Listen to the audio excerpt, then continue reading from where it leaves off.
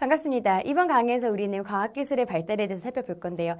조선에서는 과학이 상당히 발달하죠. 물론 후기는 아니고요. 초기에 그랬습니다. 나라를 강하게 만들고 백성을 편안하게 하기 위해서 조선 초기에 과학을 발달시키기 위한 노력이 진행돼 나가죠. 자, 구체적으로 강의를 통해서 살펴보도록 할게요.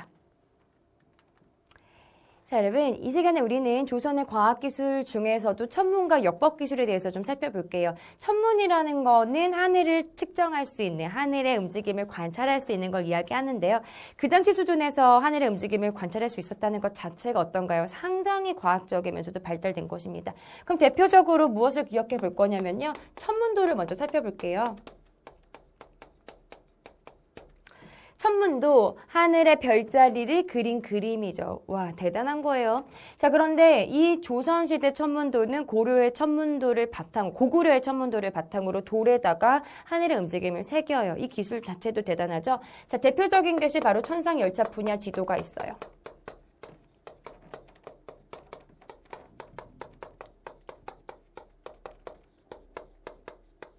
특히 농업사회에서 별자리의 흐름을 읽을 수 있는 국왕 어때요? 절대적인 권력을 갖고 있는 그 국왕의 권위를 위해서도 이런 노력들이 필요했겠죠. 그래서 조선 초기에 천문도를 그리려고 했던 목적도 조선의 통치체제를 안정화시키고 왕권을 강화시키기 위한 노력까지도 포함되어 있어요. 자, 하늘의 움직임을 관찰할 수 있는 기구까지 한번 기억해 볼까요? 혼천이라는 기구가 있어요. 천체 관측 기구입니다. 그리고 간이 이런 기구들이 대표적인 하늘의 움직임을 관찰할 수 있는 기구고요. 자, 이렇게 하늘의 움직임을 관찰하면서 조선 달력도 만들어요. 이걸 역법이라고 표현해 볼게요. 어렵지 않아요. 용어가 어려워서 그렇지 사실 내용은 달력입니다. 매일매일 보시는 게 달력이잖아요. 근데 이 365일 그 흐름을 그릴 수 있다는 거, 흐름을 읽을 수 있다는 게 그 당시 기술로서는 그렇게 쉬운 일은 아니었어요. 대표적으로 역법이 유명한 나라가 아라비아와 중국이죠. 이들은 너무 어렵게 이제 역법이 전개가 되는데 조선에서도 그 어려운 역법서를 만들어냈다는 거죠. 상당히 의미가 있습니다. 칠정산이에요. 자, 이렇게 과학이 발달한 조선 마지막 시계까지도 만들죠. 자, 대표적으로 어떤 시계가 조선의 시계냐면 해시계, 앙부일구, 물시계, 자경루 이런 것들이 있죠. 해시계, 물시계. 이 정도만 기억해 볼게요. 이해가 되시죠? 좋아요. 자, 여러분, 이번에 우리는 조선의 금속 기술의 발달에 대해서 살펴볼게요. 금속, 단단한 금속과도 같은 재질을 어떻게 다룰 수 있었는가에 대한 건데요. 두 가지가 있어요. 첫 번째는 금속으로 글자를 만듭니다. 인쇄소에서 찍어내는 글자판을 만드는 건데요. 이걸 우리가 이렇게 표현하죠. 금속 활자입니다.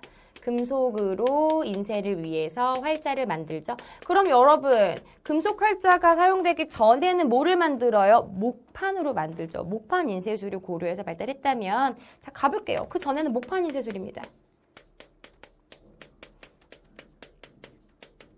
그러나 자, 조선에 넘어오면서 물론 고려시대 때도 금속 활자가 있긴 있습니다. 근데 이 금속 활자가 이제 조선에서 특히 발전이 되는데요.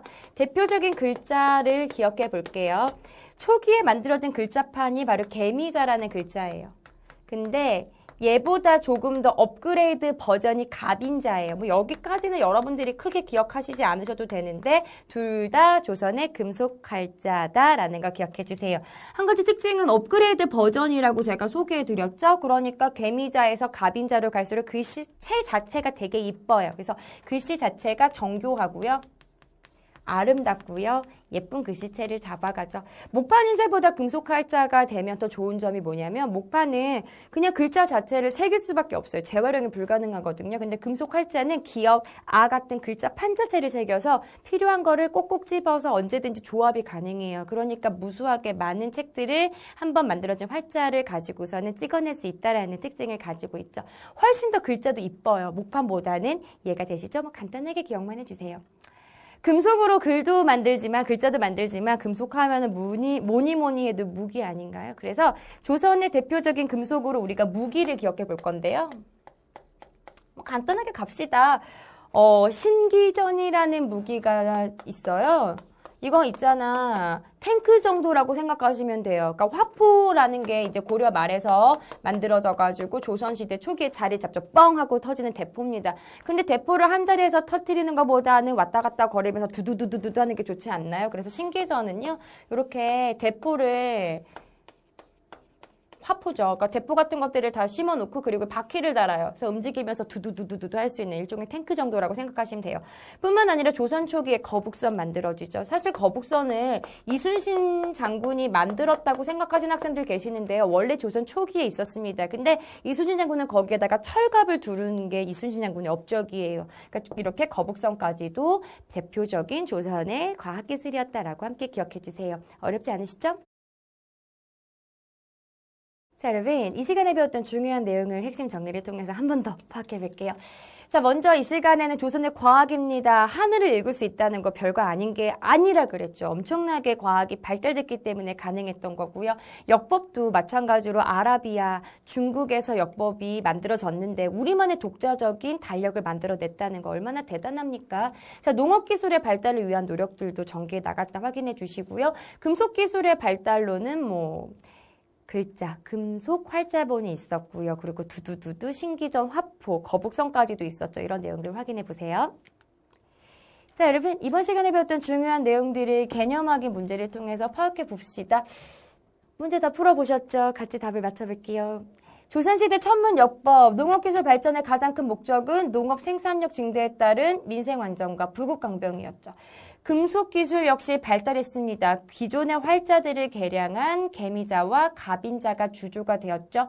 새로운 무기로는 신기전, 화포 같은 것들도 만들어졌고요. 그리고 거북선까지도 만들어졌죠. 라는 것도 기억해 주세요. 이렇게 해서 오늘 이 시간에 우리 조선의 과학기술의 발달 살펴보았고요. 사실 단편적인 내용들이에요. 단순함기를 너무 많이 요하는 단원이기 때문에요. 여러분들 시험 직전에는 꼭 기억해 주셔야 되고요. 한 번 더 읽어보시면서 정리해 주시는 센스도 필요합니다. 강의 듣느라고 수고하셨어요.